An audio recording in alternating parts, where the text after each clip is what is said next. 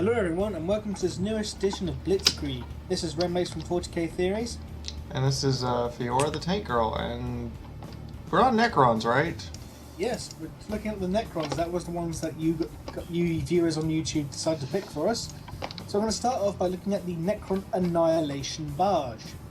Now the Necron Annihilation barge is a light anti-gravitational skimmer, primarily used as an anti-infantry vehicle, armed with twin-linked Tesla destructors, and they are very similar in design to the Catacomb Command Barge, which we'll get to a bit later on. First off, the Necrons do understand anti-infantry means usually light and medium caliber weapons, right? You'd think so, a race that is over 65 million years old. So why does this look like two giant tank cannons floating around? I have no idea. I'll be honest, I'm not too familiar with Necron's weaponry. I know it should be, and that's probably going to get me a lot of shit from the Necron players out there. I apologise. But Necrons were never an army I collected, so I couldn't really tell you for certain at this point. So to me, also hearing the words Telsa or Tesla as a weapon, and I look at them and I go, oh my god, Games Workshop finally got a hold of Command & Conquer Red Alert. Yes, because they're cannons that fire arcs of lightning at their enemies, as the name implies, for a Tesla-based weapon. To be quite honest, this reminds me of a technical. The crew is completely exposed. There's no...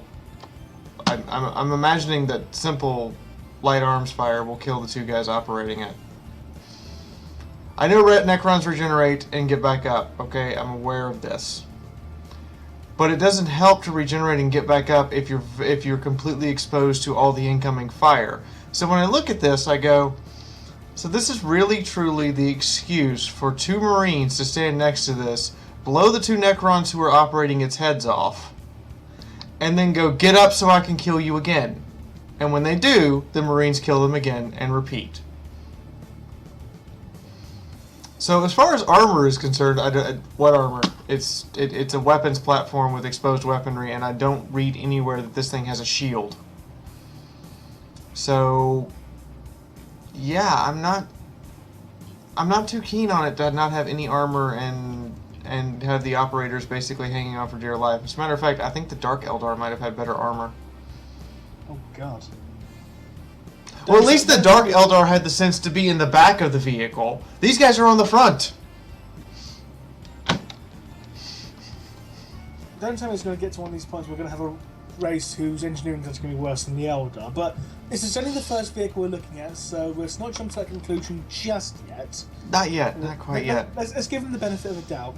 We'll move on to the variant of which is the Catacomb Barge, which is used by Necron Lords and Overlords as personal transports.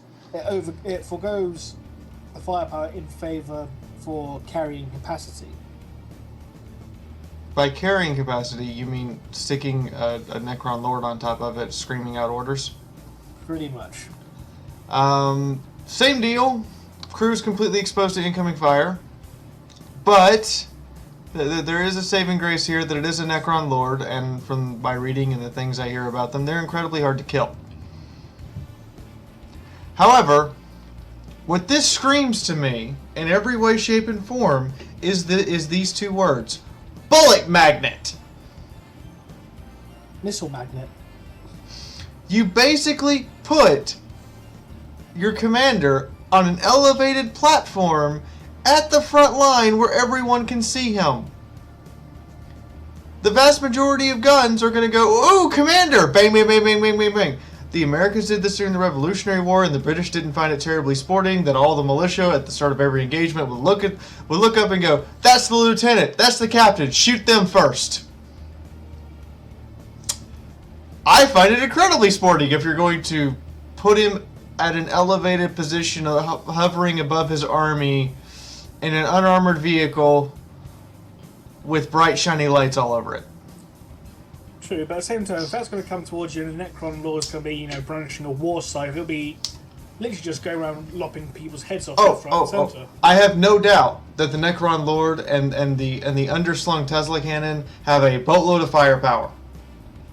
However, they also have this tendency to want everyone and their grandmother to shoot at them. Hurl grenades, shoot rockets, whatever it takes to bring that command barge down.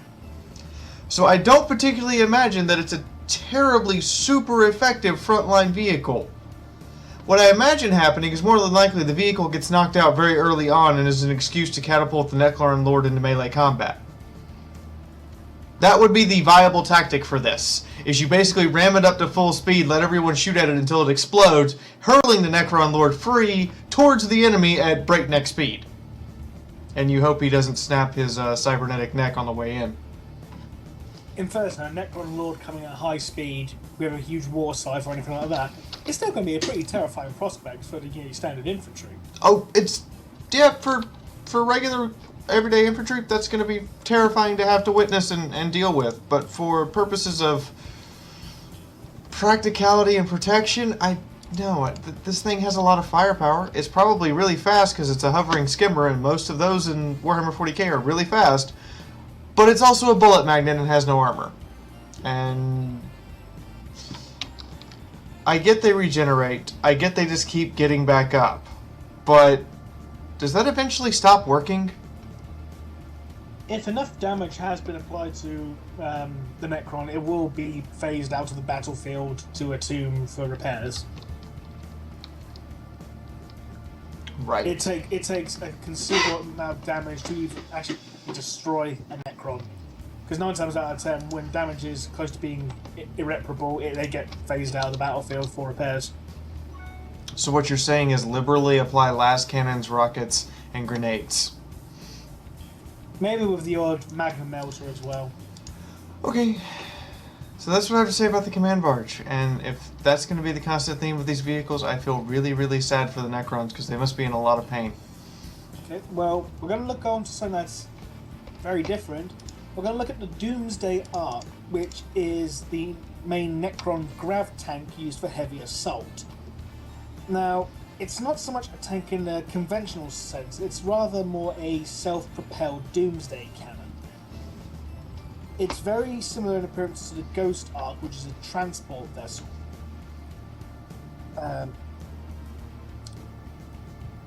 The main power of the Doomsday cannon, however, it eclipses conventional plasma weapons in power many times over. And generally, the only things that can withstand shots from Doomsday cannons are Titans. So, the theme here for Necron seems to be speed, firepower, no armor. They continue this theme, as the operators of this vehicle are completely exposed. Except for the guys who happen to be... oh wait, that's the Ghost Arc. This is the Doomsday Arc, the one that doesn't have a bunch of guys riding on it. That's correct. They have it has a massive amount of firepower. However, I can see the entire firing mechanism along the entire length of the... I'm not necessarily going to call this a tank so much as a vessel because it reminds me of a ship. Would it be more safe to equate it to self-propelled artillery? Yes, I would equate this to self-propelled artillery or is self-propelled anti-tank guns. So I would equate this more towards a Hetzer or I want to say a T-25AT or an SU-100. More than I would equate it to a tank. There's no turret, you have to turn the entire vehicle to aim the gun. After doing some measurements and some confirming, the gun is entirely fixed in place, which means that it aims like a fighter plane, so you have to turn the craft in order to aim the gun left, right, up, or down.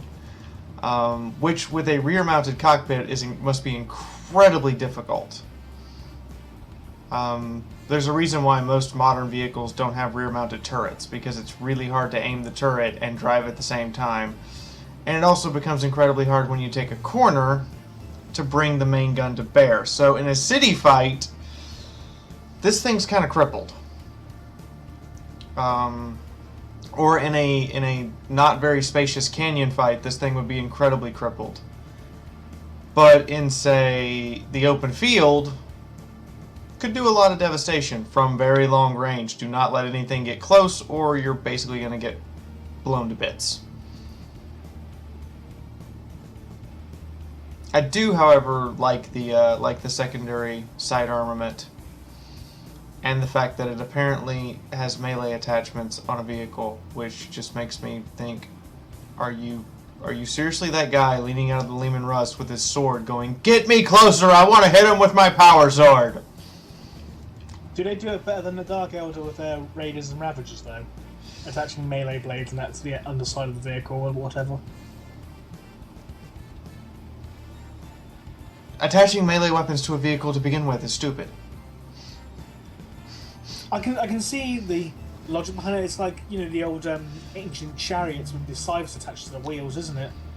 It is. You go at high speed towards a block of infantry and you'll cut some down, if not by just running them over, but then some on the soul gets to get cut down by the blades. However, with the massive amount of firepower that a modern infantry unit can possibly carry, an Imperial Guard unit could literally just have a bunch of crack grenades they throw out as this thing gets close, and then it gets blown to pieces.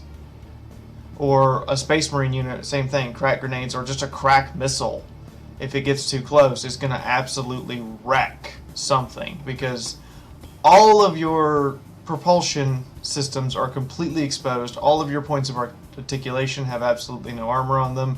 Even the main gun firing chambers are exposed. And something I do know about electricity and Tesla coils, you don't want to break the Tesla coil while it's in operation.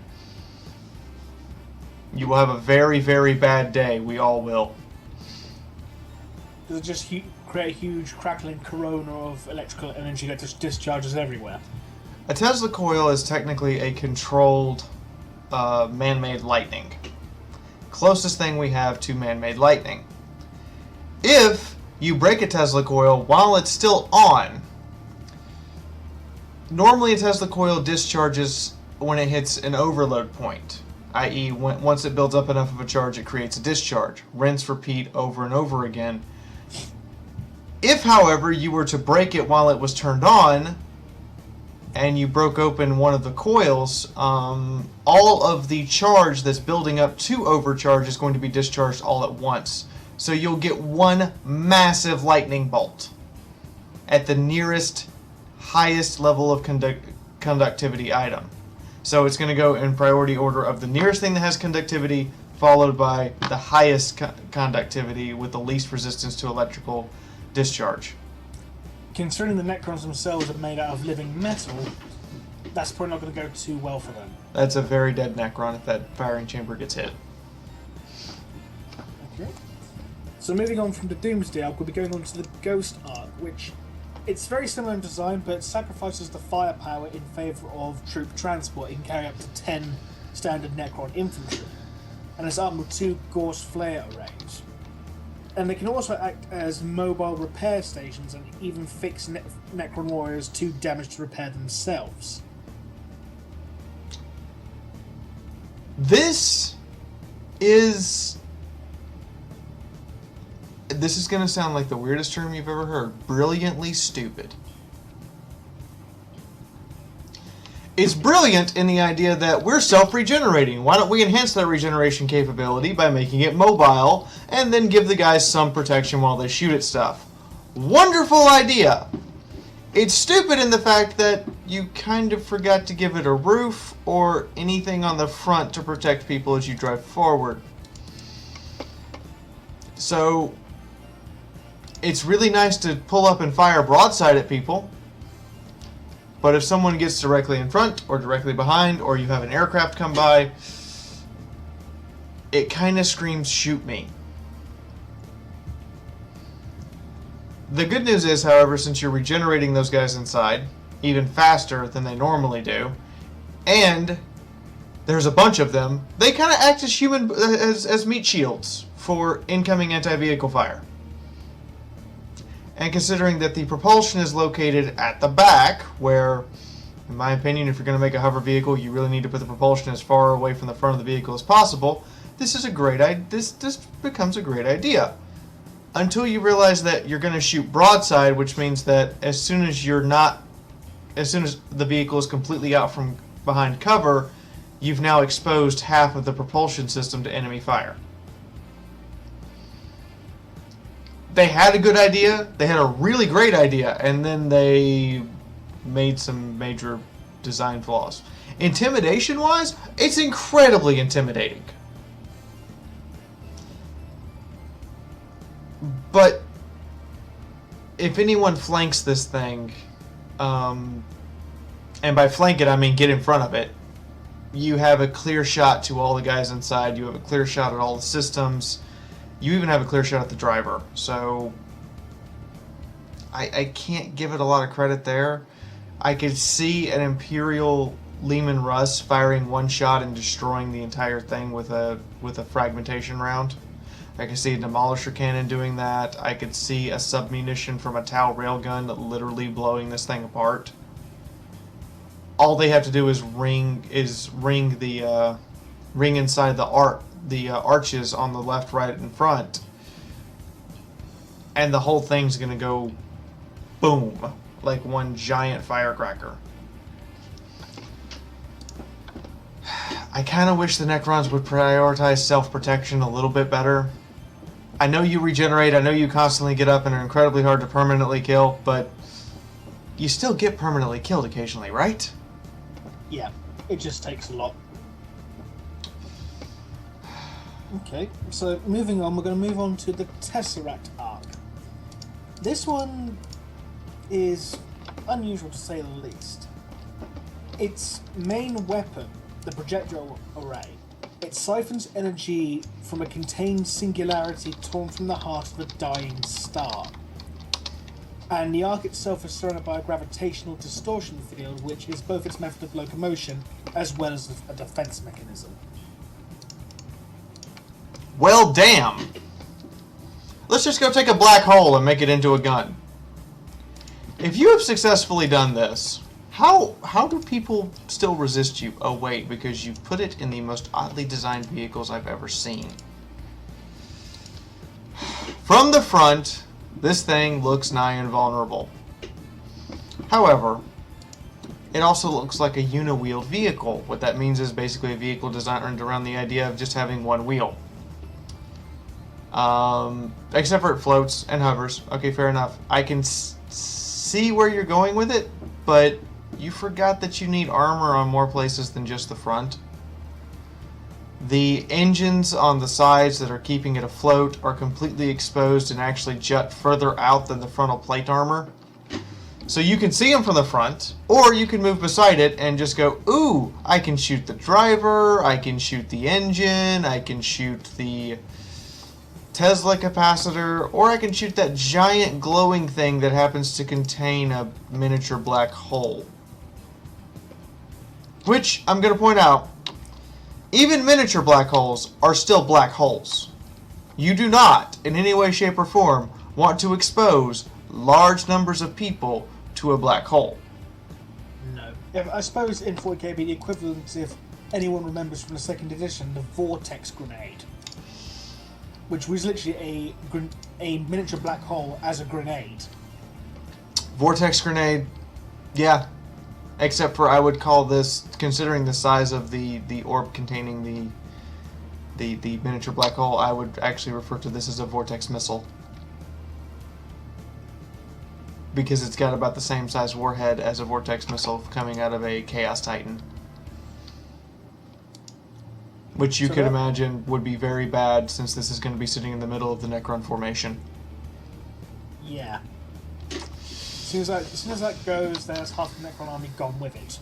So long as you can keep all of the enemies within the front 47 degrees. Yeah, I went and measured. There's a 47 degree protection radius on the front. So long as you keep everything within that 47 degree armor area, you're good. The armor on the front of that on that riot shield is nice and thick.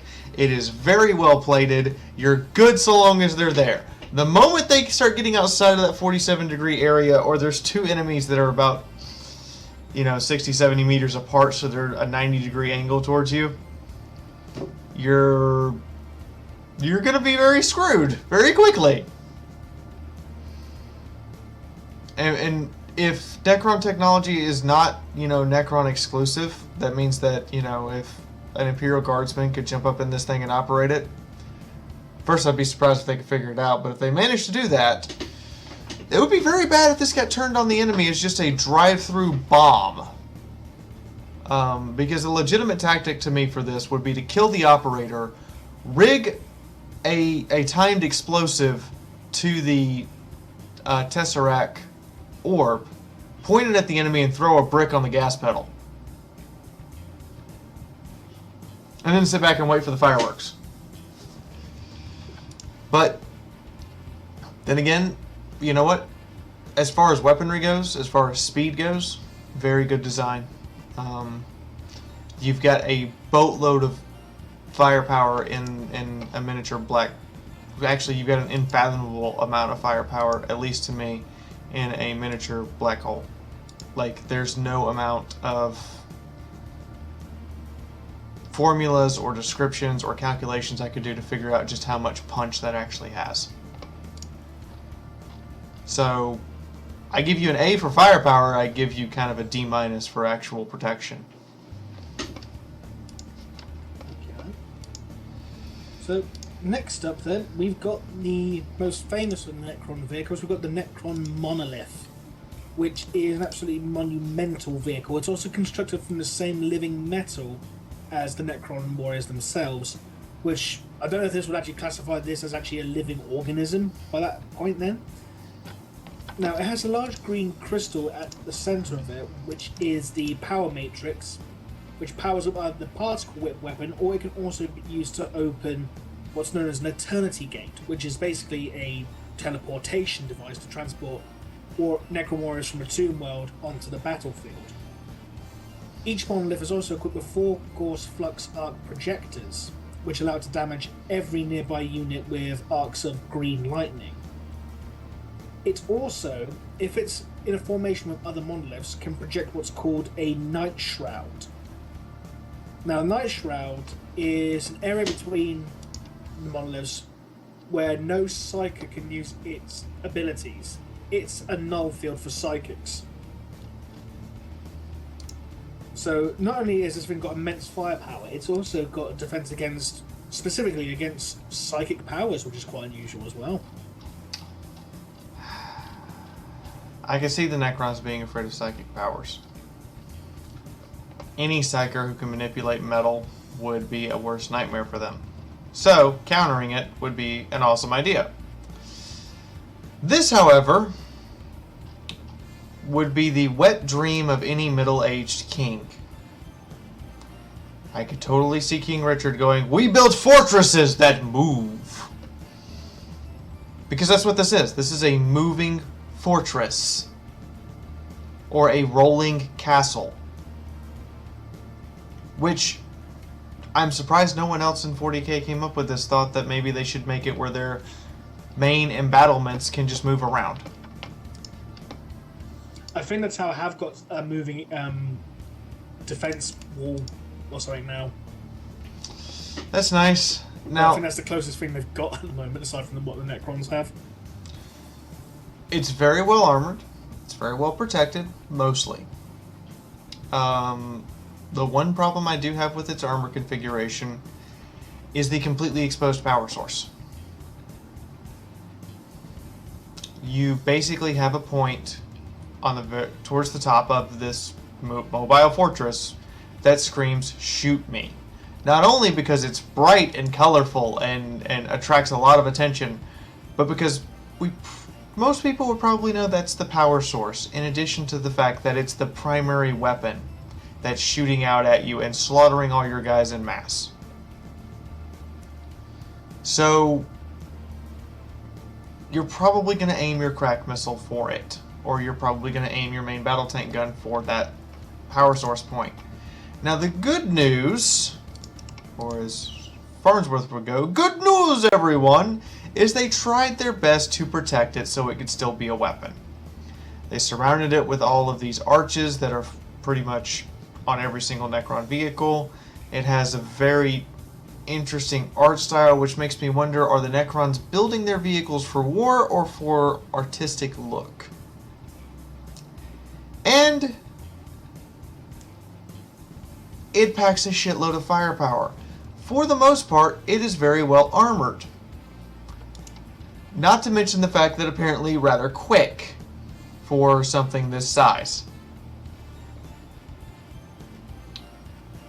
The bad news is that individually each monolith kind of sucks.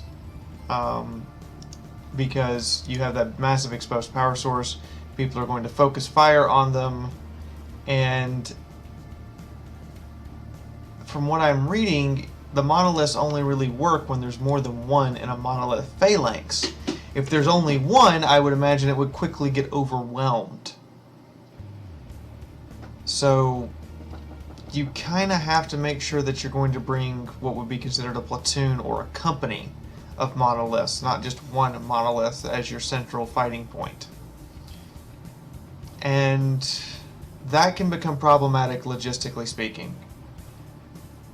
I imagine that while all of these have been built centuries ago and the Necrons have been using them for a very long time, if a couple of them do get permanently destroyed and can't be phased out, that is a great loss.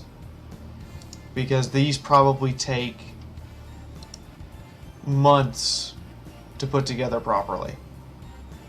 And any vehicle that has that kind of logistical downside, I really can't get behind because, well, we've experienced vehicles with that kind of logistical downside. They were called the Tiger 1 and Tiger 2.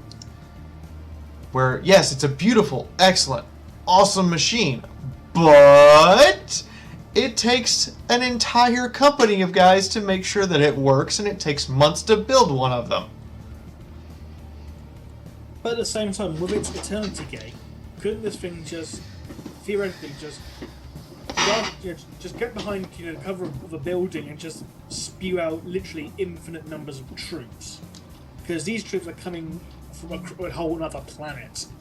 Yes, in theory, it could. If you just vomit troops over and over until the enemy's just overwhelmed in sheer numbers. Which is why I call it a mobile fortress, because in a fortress you expect to find troops who are going to fight you. Well, this thing's just literally deploying troops from another world in mass. So, as a physical threat, and this is another reason why a monolith is a huge, huge priority for everyone to shoot at. It is what is bringing all of the other guys who are shooting you, and is what is spewing the continuous stream of enemy troops. If you knock it out, that stream of troops stops, and suddenly the enemy is working on limited forces.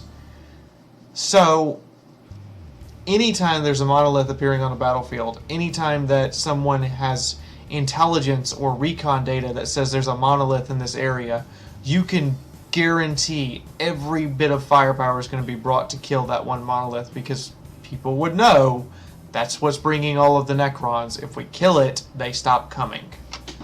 So I kind of wish they had protected the power source a bit better. I also kind of wish that they had put the Eternity Gate somewhere on the inside and then just had a regular door for people to go in and out of, because the Eternity Gate is probably two ways. I can imagine someone turning on the Eternity Gate just before a missile hit, and the missile goes through and hits on the other side. Would not be a very good day for the guys on the other side waiting to come through when a fragmentation round from a Lehman Russ comes out through the gate as soon as you open it. No. So, I don't think that you're going to want to deploy troops while this thing's under fire, and that is a problem. But other than that, great idea! Mobile fortress! I approve! Massive amounts of armor and firepower, and it's still fast! That's scary! It looks very intimidating. That's nice. Exposed power source, not so nice. Exposed portal that opens up to all of your reinforcements, not a great idea. But I will say, fast, heavy firepower, heavily armoured, it's still doing better than what the Eldar did. Yes, yes it is. Even with the massive exposed power source, it's still better protected. It's still better protected than 1 millimeter of Wraithbone glass. And considering that power source is also a weapon as well. Now, I'd probably explain why it's not covered, because obviously you're not going to... Because the particle beam is obviously a very devastating weapon. You don't want to block up your most devastating weapon.